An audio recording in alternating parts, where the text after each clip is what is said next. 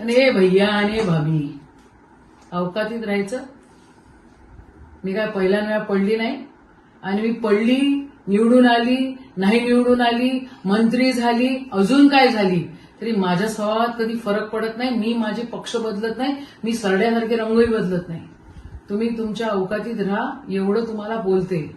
आणि परत पुन्हा कधी ही अशी भानगड जर केली तुम्ही तर तुम्हाला असं उत्तर देईन ना की मग याद राखा.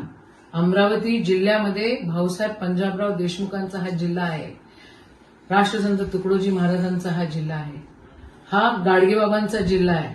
जरा नीटनेटके वागा एवढंच बोलते आहे.